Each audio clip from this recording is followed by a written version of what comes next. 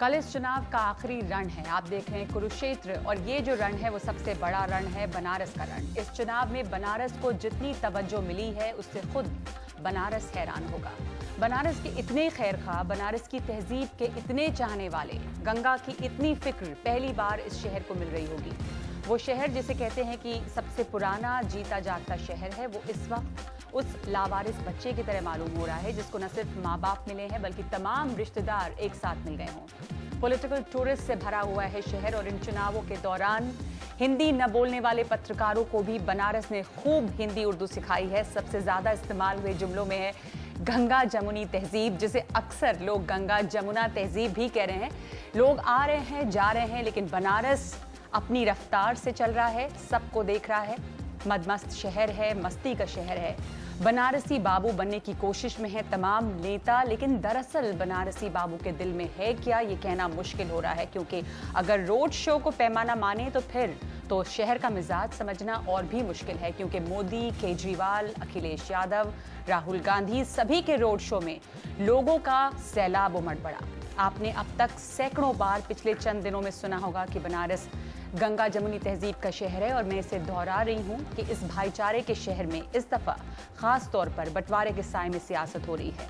इसके इसी मिजाज पर अली सरदार जाफरी ने लिखा था, तुम आओ गुलशन लाहौर से चमन बरदोश, हम आए सुबह बनारस की रोशनी लेकर, हिमालय की हवाओं की ताजगी लेकर, और उसके बाद ये पूछें कि कौन दुश्मन है।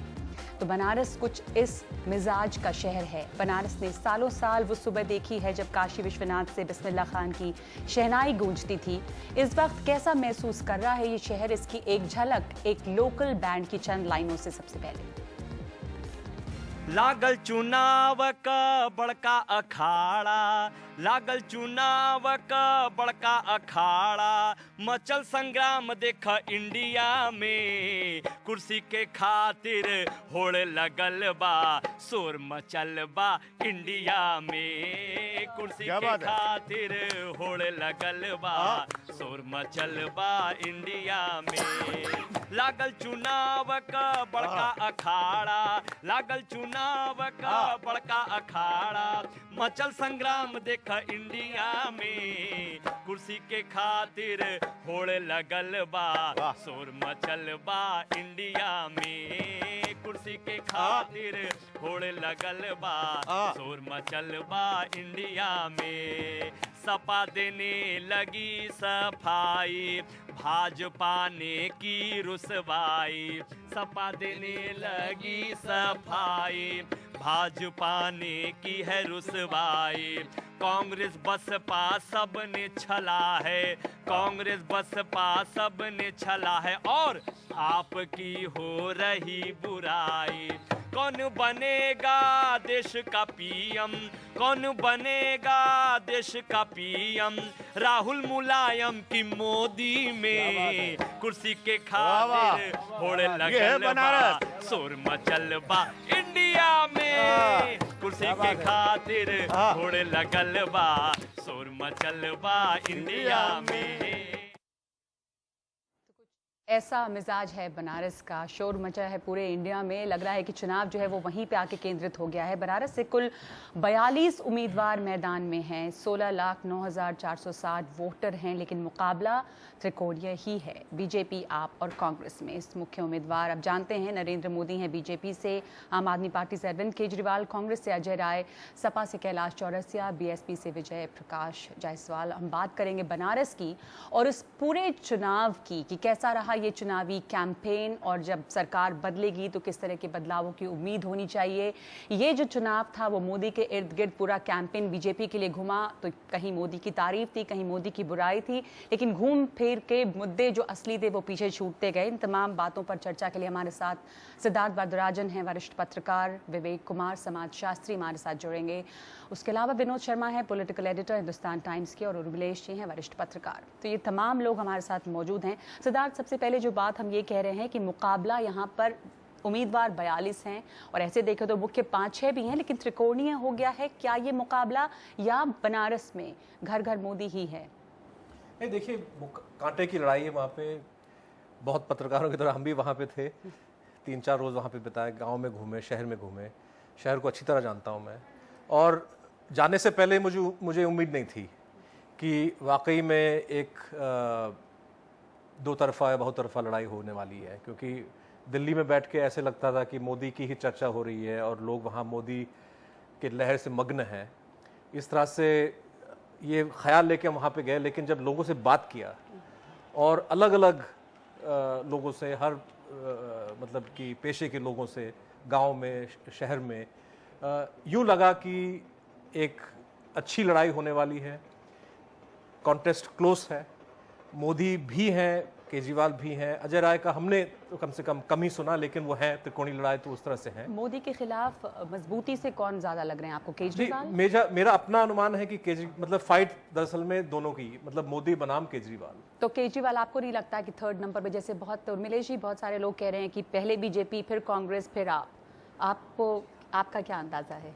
देखिए, जब ये इलेक्शन की प्रक्रिया शुरू हुई थी और शुरू के दौर में जब केजरीवाल साहब वहाँ गए थे दिल्ली से, तो मुझे बिल्कुल यकीन नहीं था कि केजरीवाल बनारस की लड़ाई में बड़े किरदार के रूप में उभरेंगे और एक ऐसा पोल बनेंगे, एक ऐसा ध्रुव बनेंगे जो चुनौती देता नजर आएगा। लेकिन मुझे अभी जो असेसमेंट आ रहा है बनारस से और लोगों से जो बातचीत हो रही है, मैं चूंकि पड़ोस का ही रहने वाला हूँ, तो जो मुझे खबरें मिल रही हैं, सूचनाएं मिल रही हैं, अब चूंकि कल ही मतदान है, आज बहुत सारी चीज़ें बचा के बोलना चाहिए, तो उस हिसाब से मैं एक जर्नलिस्ट के रूप में भी सोचता हूं कि बनारस की लड़ाई बहुत दिलचस्प है और इस लड़ाई में वैसे तो बहुत उम्मीदवार हैं, लेकिन मुख्य मुकाबला जो मैं समझता हूं कि केजरीवाल ने मुख्य मुकाबले में अपनी उपस्थिति दर्ज करा ली है।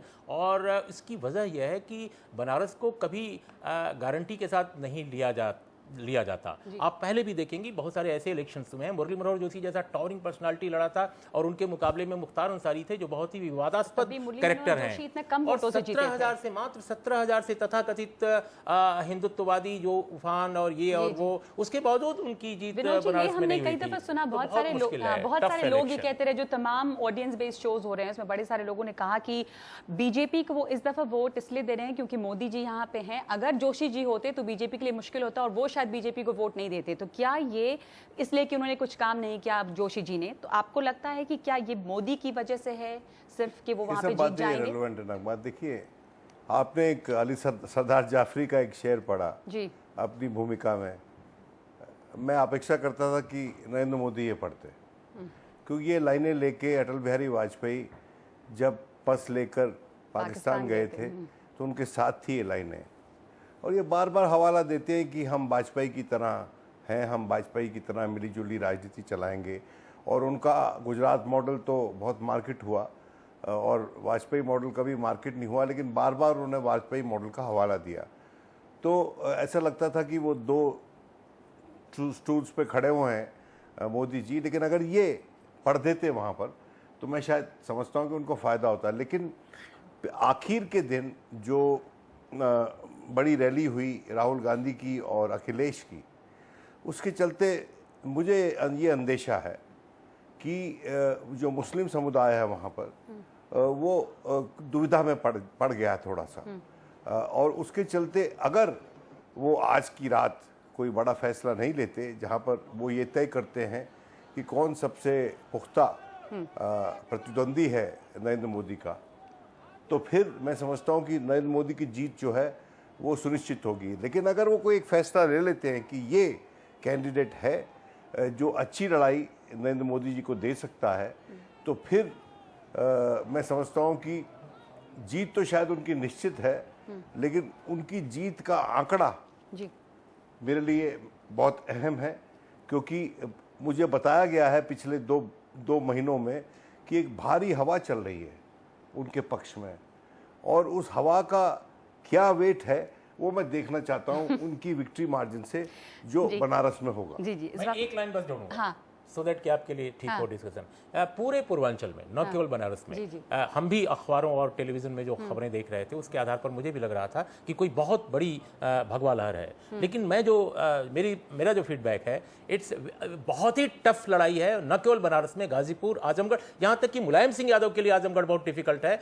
बलिया की लड़ाई पूर्वांचल में देवरिया, हर जगह महाराज, हर जगह लड़ाई बहुत टफ है और कोई ये नहीं कह सकता कि वो बिल्कुल चुनाव जीत रहा है। तमाम बड़े कैंडिडेट जीतता कोई नजर नहीं आ रहा है, तमाम बड़े कैंडिडेट्स के लिए मुश्किल है। हाँ, सब तमाम बड़े कैंडिडेट्स के लिए मुश्किल है। इवन बनारस में नरेंद्र मोदी जी, नरेंद्र मोदी के लिए मुश्किल है, मुलायम सिंह के लिए मुश्किल है, सबके लिए। एक बात छोटी सी और कहना चाहता हूं कि नरेंद्र मोदी जी मान लिया कि चैंपियन है, लेकिन वो जिस तरह से जो प्रहार हुए इलेक्शन कमीशन पे भारतीय जनता पार्टी के द्वारा बनारस से, तो जीतता हुआ खिलाड़ी तो अंपायर को ललकारता नहीं है, जो आसानी से जीत रहा ये हो। बात लगातार So he looked like a अंग्रेजी में petulant McEnroe than a champion McEnroe. लेकिन जैसे पेनिया बागमन को रैली नहीं करने दी गई, बाकी दोनों कैंडिडेट्स वहां से गुजरे, तो बीजेपी का मुद्दा उठाना वाजिब था, लाजमी भी था कि वो उठाएगी इस मुद्दे को। इलेक्शन कमीशन की ओर से सफाया हो चुका, मिल गया है। मुझे लगता है कि रोड शो को एक रैली के साथ उस तरह से कंपेयर नहीं किया जा सकता है।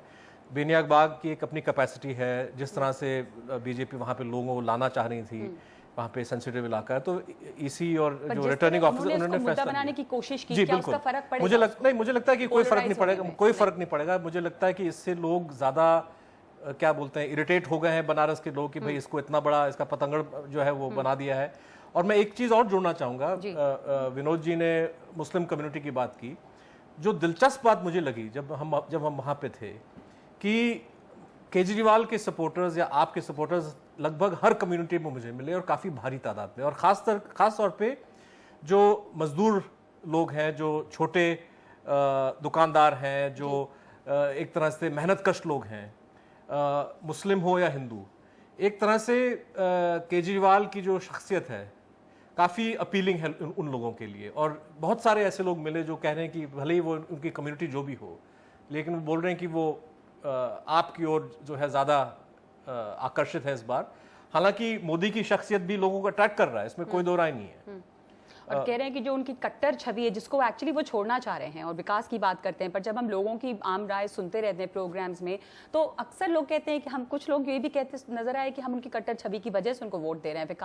विकास जो वो प्रोजेक्ट कर रहे हैं वो उनके लिए इतना मुद्दा बना है, क्या उनको विकास के नाम पे वोट? मुझे लगता है कि 20% या 20-25% जो वोट मोदी के पक्ष में गिरेंगे, ये कट्टरवादी वोट होंगे, जो एक तरह से खुश हैं कि मोदी ने एक नरम रवैया नहीं दिखाया। लेकिन जो बाकी जो लोग हैं उनको आकर्षित करने के लिए डेवलपमेंट की बात की जा रही है। बिल्कुल। और हमारे साथ अखिलेश इस वक्त जुड़ रहे हैं, विवेक कुमार भी हमारे साथ है। मैं पहले अखिलेश के पास चलती हूँ, बनारस में मौजूद है अखिलेश। यहाँ जो स्टूडियो में हम चर्चा कर रहे हैं, एक ये भी विनोद जी ने भी बात उठाई थी कि जो मुसलमान वोटर हैं उनका एकजुट होना, या मोदी के खिलाफ सबसे मजबूत कौन दावेदार है, प्रतिद्वंदी कौन है, अगर वो एकजुट होकर वो फैसला करते हैं वोट देने का, तब तो कोई बात बनेगी। क्या ये होता वहाँ पे नजर आया है, इस तरह से कुछ पोलराइज हुई है? क्योंकि मुसलमान अच्छी आबादी है उनकी, वहाँ पे लगभग 3 लाख वोट हैं, बुनकर हैं तमाम जो वहाँ पे हैं, और उनका वोट माने रखता है। तो वो आइडेंटिफाई कर पाए हैं अपना कैंडिडेट मोदी के खिलाफ? कौन मजबूत दावेदार वहाँ नजर आ रहा है आपको? देखिए, जो अलग अलग तरह की बातें की जा रही, मैं काफ़ी देर से सुन रहा था, लेकिन आप यहाँ पर ये बात ध्यान रखिएगा कि 2009 के चुनाव में मुख्तार अंसारी यहाँ पर चुनाव में खड़े हुए थे, जिन्होंने कि मुरली मनोहर जोशी को कड़ी टक्कर दी थी। और आखिरी वक्त पर अगर अजय राय ने इस बात का एहसास किया था और घूम घूम कर अगर जोशी के पक्ष में अपने समर्थकों को वोट देने के लिए ना कहा होता, तो शायद मुख्तार अंसारी पिछले चुनाव में यहाँ से जीतते, ना कि मुरली मनोहर जोशी जीतते। वही मुख्तार अंसारी जो जेल में बंद है, चाहे उन्हें 1-2 दिन के लिए पैरोल मिला हो, बाहर आए हो प्रचार करने के लिए, लेकिन उनकी ओर से बिल्कुल साफ साफ अपील यहाँ के मुसलमान वोटरों के लिए की गई है कि वो तमाम लोग अजय राय को वोट दें। ये अपने आप में राजनीति में एक बड़ी दिलचस्प बात है, क्योंकि अजय राय और मुख्तार अंसारी दोनों की यहाँ पर कट्टर दुश्मनी है। दोनों ही एक दूसरे के खिलाफ कह सकते हैं कि ये टर्फ है जिसपे कि कब्जा करने के लिए उनकी लड़ाई चलती रहती है। लेकिन इसके बावजूद इस राजनीति में मोदी ने लगता है कि इन दोनों को एक साथ ला करके खड़ा कर दिया है। तो इसलिए जहाँ तक मुसलमान वोटों का सवाल है, मुख्तार अंसारी का समर्थन मिलने के बाद ज़्यादा शक शुबे की गुंजाइश नहीं बचती है कि मुसलमान वोट अजय राय को ही मिलेगा। बड़ा तबका मिल सकता है, लेकिन ये बात ज़रूर है कि केजरीवाल ने जिस तरह से प्रचार यहाँ पर किया है, आम आदमी पार्टी के कार्यकर्ताओं ने प्रचार किया है, गाँव में जाकर के किया है, गरीब तबके में किया है, उससे मुसलमानों का एक बड़ा वोट उन्हें भी मिल सकता है। तो मुसलमानों को वोट बढ़ता हुआ दिख रहा है, एक मुश्त किसी को मिल रहा हो, ये पक्के तौर पर कह पाना मुश्किल है। नगमा जी, विवेक जी को मैं इससे पहले शामिल करना चाहूंगी। हालांकि यहाँ पे विनोद शर्मा, सिद्धार्थ दोनों इससे इत्तेफाक नहीं रख रहे हैं जो आप कह रहे हैं कि मुसलमान वोट जो है वो मुख्तार अंसारी की वजह से इधर आएगा। लेकिन विवेक जी, आपको क्या लग रहा है कि इस तरह से बनारस का चुनाव खास करके काफी कम्युनलाइज हो गया है? जो असली मुद्दे वहां के थे या जिस गंगा को सब इस्तेमाल कर रहे हैं इस दफा वोट लेने के लिए, वो तो पीछे छूट गई है, जो बुनियादी मुद्दे थे, और काफी कम्युनल लाइंस पे बटा हुआ है इस बार का चुनाव वहां पे। नहीं, बिल्कुल सही कह रहे हैं। और जैसा कि व्यक्तिवादी चुनाव हो गया है और व्यक्तिवादी के साथ साथ आपने देखा होगा कम्युनल विचारधारा ज्यादा उस पर जो है आच्छादित हो रही है। कुछ कहने के लिए बचता नहीं है बहुत कुछ, लेकिन उसके बावजूद अगर सचमुच सेकुलरिज्म की दुहाई देने वाले दल एक साथ आ जाते तो मुझे लगता है कि ज्यादा बड़ी बात होती। और सेकुलरिज्म और कम्युनिज्म की अगर लड़ाई होनी थी तो जितने दूसरे दल थे सबको बना लेना चाहिए था, और विशेषकर वह दल जो वास्तविकता में सेकंड आया था उसके कैंडिडेट को आगे कर देते। लेकिन मुझे लगता है कि मोदी से या भाजपा से लड़ने से ज्यादा लोग अपने कद और अस्तित्व के लिए लड़ाई लड़ रहे हैं। जैसे आम आदमी पार्टी के केजरीवाल हो या कांग्रेस ने अपनी जो लड़ाई लड़ रही है वह केवल अपने अस्तित्व की ज्यादा लड़ाई लड़ रहे हैं बनिस्बत की कम्युनलिज्म के खिलाफ लड़ाई लड़ने के। लेकिन सब प्रोजेक्ट सिद्धार्थ ये करने की कोशिश नहीं कर रहे हैं कि एक तरफ तो मोदी या बीजेपी के लिए ये इज्जत की लड़ाई है, लेकिन बाकी तमाम लोगों के लिए ये मोदी को हराने की लड़ाई है, चाहे वो कोई भी पार्टी के हों।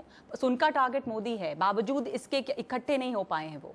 ये देखिए, हम नहीं समझते कि इन लोगों का इकट्ठा होना कभी भी संभव था, क्योंकि ये तमाम जो पार्टियां हैं, कांग्रेस है, आप है, बसपा है, सपा है, ये सब एक तरह से दावेदार है कि उत्तर प्रदेश में हम बहुत बड़ी पार्टी हैं, सबसे बड़ी पार्टी। आप तो खैर छोटी पार्टी है, लेकिन आपके अपने राष्ट्रीय मंसूबे हैं।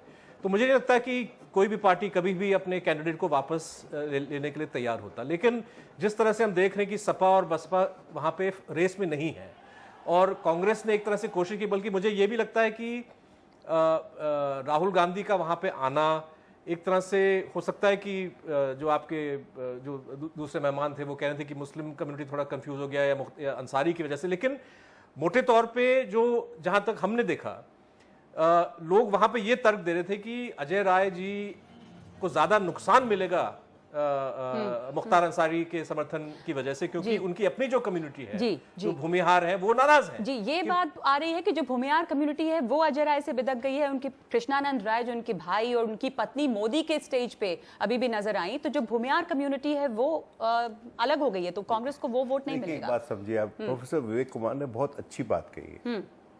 देखिए, राजनीति जो होती है वो सिर्फ माजी की राजनीति नहीं होती है, आज की राजनीति नहीं होती है, कल की राजनीति नहीं होती है, इसका सम्मिश्रण होती है। अगर राहुल गांधी वहाँ पर गए हैं तो उसका एक बड़ा इम्पल्स ये है, इसके अलावा कि वो एक बूस्ट देना चाहते थे अजय राय को, उसका बड़ा इम्पल्स ये है कि कांग्रेस पार्टी जो अक़लियतों का वोट है वो सीड एंटायरली 100% आम आदमी पार्टी को नहीं कर सकती, क्योंकि उसने आने वाले वक्तों में भी राजनीति करनी है। उसी तरह से अखिलेश यादव माइनॉरिटीज़ का वोट कांग्रेस और आम आदमी पार्टी को सीड नहीं कर सकते, क्योंकि उनको आने वाले वक्तों में भी राजनीति करनी है। तो ये जो कैंपेन है, आप में और कांग्रेस में डिवाइड हो रहा है। देखिए, मैं सुनिए, मैं कल वहाँ राहुल गांधी की रैली में था और फिर मैं अखिलेश की रैली में था, और दोनों रैलीज में मैंने देखा, मैं सुनता था कि यूथ जो है वो उनके साथ है, नरेंद्र मोदी के साथ, लेकिन तो आम आदमी पार्टी की रैली, कांग्रेस की रैली और समाजवादी की रैली में सब युवा लोग थे। कोई इतनी धूप में युवा ही चल सकता है, तो ये जो युवा, लेकिन ये जो युवा हैं अखिलेश, वो क्या तमाम रैलीज में नजर नहीं आ रहे? क्योंकि यही बड़े ताज्जुब की बात है कि बनारस के लोग क्या संदेश देना चाह रहे हैं, चाहे वो अखिलेश की रैली हो, राहुल गांधी की रैली हो, नरेंद्र मोदी की रैली हो या केजरीवाल की, जो सैलाब लोगों का था, तमाम युवा भी थे। तो ये जो मतदाता है वो बेवकूफ बना रहे हैं तमाम नेताओं को।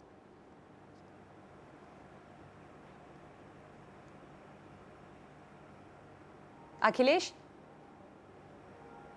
जी नगमा, आप अपना सवाल मैं कह रही हूं कि अगर जो रैलियां हैं और उसमें उमड़ी भीड़ जो है, अगर वो मापदंड या पैमाना है, तो तमाम लीडर्स की रैली में उतनी बड़ी तादाद में युवा भी आए, तमाम लोग आए, तो ये क्या दिखा रहा है कि जो रैली की भीड़ है वो जाहिर तौर पे कोई पैमाना नहीं बन सकती।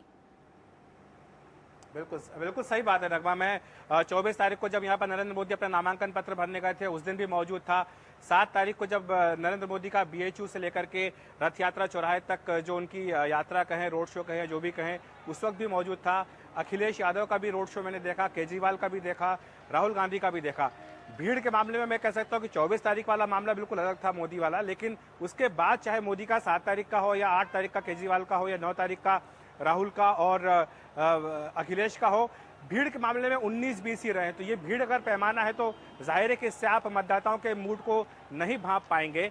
लेकिन हाँ, ये अगर आप मान करके चले कि जो लोग सड़क पर उतरते हैं क्या वो तमाम लोग वोट देने जाते हैं और क्या वो वाकई जिनके रोड शो में हिस्सा ले रहे हैं उन्हें वोट देंगे, तो मुझे लगता है कि फिर इसको आप तय कर पाना बेहद मुश्किल होगा कि ये यहाँ का नतीजा क्या होगा। लेकिन जाहिर सी बात है कि जिस तरह का समर्थन राहुल गांधी को मिला हो या फिर अखिलेश यादव को मिला हो, तो सबकी कोशिश ये रही है कि नरेंद्र मोदी के खिलाफ अपने आप को लड़ते हुए न सिर्फ दिखाएं बल्कि मेन कंटेंडर के रूप में दिखाएं। अगर कांग्रेस अपने आप को यानी अजय राय अगर दूसरे नंबर पर रहते हैं या दूसरे नंबर पर आने की कोशिश कर रहे हैं, तो जाहिर सी बात है कांग्रेस की कोशिश होगी कि वो सांप्रदायिक ताकतों से लड़ते हुए सबसे ज्यादा दिखाई देना चाहते हैं। केजरीवाल की भी यह रणनीति है, अखिलेश यादव की भी यह रणनीति है।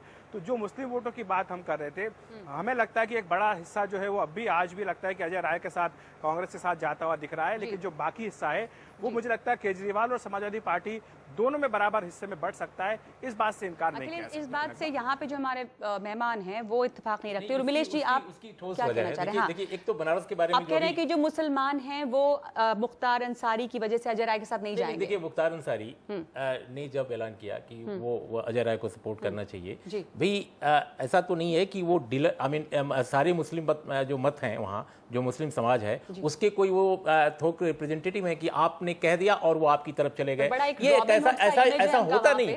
ये बहुत गलतफहमी है। पूर्वी उत्तर प्रदेश में उनके भाई और वो कई बार चुनाव लड़े हैं, कई बार हारे हैं, कई बार जीते हैं। और आप ये मत भूलिए कि उनके खिलाफ ऐसे भी लोग हैं जो दलित समाज से भी, पिछड़े वर्ग से भी खड़े हो जाते हैं। आज की तारीख में अगर केजरीवाल को सपोर्ट मिल रहा है तो इसलिए नहीं मिल रहा है कि केजरीवाल दिल्ली के विफल मुख्यमंत्री हैं या 49 दिन के रहे हैं। उसकी वजह यह है कि टैक्टिकल वोटिंग बनारस में हो रही है। जो लोग नरेंद्र मोदी को जिताना चाहते हैं वो इन ब्लॉक उनको वोट देना चाहते हैं। अपर कास्ट का जो पोलराइजेशन है लगभग वो पूरी तरह मोदी के साथ है। इसके रिएक्शन में लोग ये देख रहे हैं कि भाई अगर इसको हराने वाला कौन उम्मीदवार है, तो लोगों के निगाह में पहले केजरीवाल शुरू में नहीं थे, क्योंकि लोगों का लगता था सपा बसपा यहाँ की बड़ी ताकत है। लेकिन आश्चर्यजनक है कि सपा बसपा जो पूरी उत्तर प्रदेश क्या पूरे उत्तर प्रदेश की बड़ी पार्टियां हैं, उनके उम्मीदवार बहुत पीछे हो गए हैं। और उनके अपने समर्थक, जैसे मेरी जानकारी जो है, जो ओबीसीज हैं, खासकर जो यादव, इवन जो कोयरी जो हैं, जो कुर्मी जो हैं, कुर्मी लोगों में मोदी का समर्थन है। ये हम एक ब्रेक ले लेते हैं। मैं कंक्लूड कर दूं। अनुप्रिया पटेल की वजह से कुर्मी लोगों का एक तबका उनके साथ है,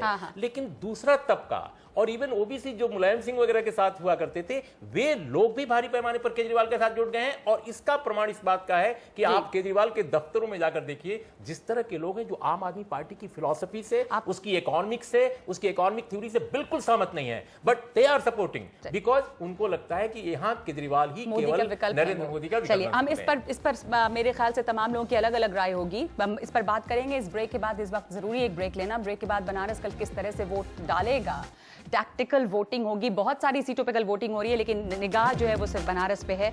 कौन जो है वहां मोदी का विकल्प बनकर खड़ा हो रहा है या टक्कर दे रहा है, इस ब्रेक के बाद।